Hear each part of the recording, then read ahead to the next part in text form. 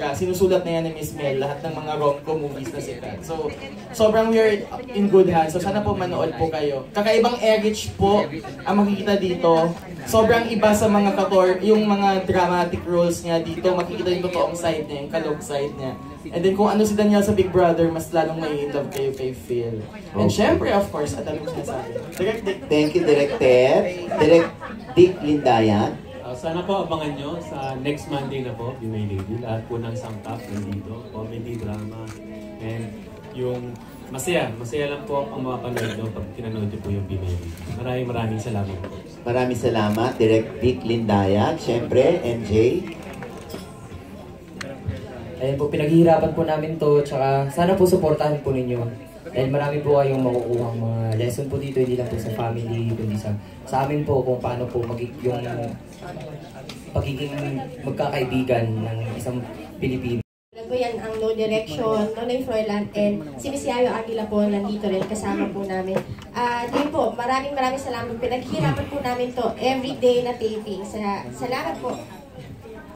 Yes, Clint. So yes, again, I like you to watch the Be My Lady. Of course, as Direct Ted said earlier, sobrang nice to watch on the screen. And we have the whole set actually, we have all beautiful chemistry, and sa tingin ko, makikita yan sa screen. So, Be My Lady for 2016. Guys. Thank you, Clint. Devon. Ito po yung magbibigay ng good vibes sa umaga nyo. Sana supportahan and panoorin nyo po. Abangan nyo po yung Be My Lady. RK. Sana po lahat kayo manood ng Be My Lady. Basta pag-ibig, lahat naman po tayo nakaka-relate sa pag-ibig sa special someone, pamilya, sa mga kaibigan. So, manood po kayo.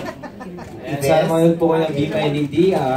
Ang bagong serye ng 2016 na magpapahiyak at magpapatawas. Okay.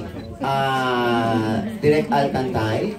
Siyempre, hindi kami ng tulong na suporta sa inyo para sa Be My Lady. Ang hindi sumuporta, walang habol. Oo, diba? Okay. Miss Priscilla Estrada. Sa tingin ko po, ito talaga ang pinakang magandang way to umpisa yung araw ninyo dahil dito po nakikita natin ano talaga yung totoo sa buhay, ano yung mas importante sa buhay natin. Yung totoo love, yung totoo pag-ibig, diba? Tsaka family and God. So it's really the best way to start the morning. So please support kami. Yeah. Okay, thank you, Miss Priscilla.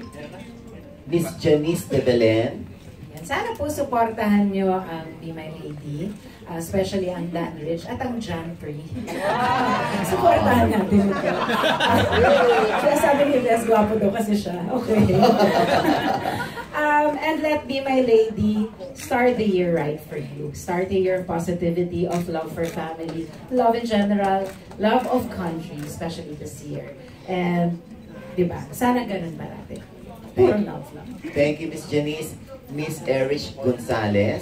Yes, unang-una po. Wow! Before anything else, I love flowers. See, hindi siya galing sa'yo. Thank you, Una-una po, gusto ko pong magpasalamat sa oras po ninyo, sa pagpunta ninyo dito, sa pakikinig sa amin. Sana po supportahan ninyo at panoorin ng Be My Lady po ngayong January 18 na, next week po, Monday. Bago po it's showtime sa prime tanghali. Ito pong kwento na to, sana po magpakilig sa inyo, magbigay ng saya, positive vibes, good vibes, at sigurado po ako makaka-relate kayo dito dahil ito pong kwentong to ay love for family, of course, romance, iba't ibang klase po ng pag-ibig, love for the country, at sinisigurado po namin sa inyo, mag-enjoy po kayo, and yun, of course, I want to take this opportunity also to thank lahat po ng cast namin. Sobrang dedicated sila, hard-working. Of course, our directors, Direct Dick, Direct Ted, thank you very much sa patience and guidance ninyo.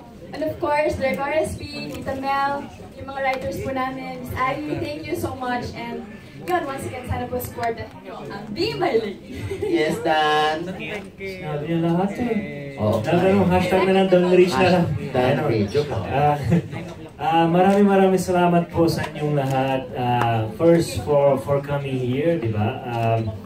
We are very excited Kasi alam namin na sobrang masaya yung show. Tapos this show, we will inspire a lot of Filipinos. Hindi lang yung Filipinos, kahit yung mga foreigners din, yung mga OFWs as well.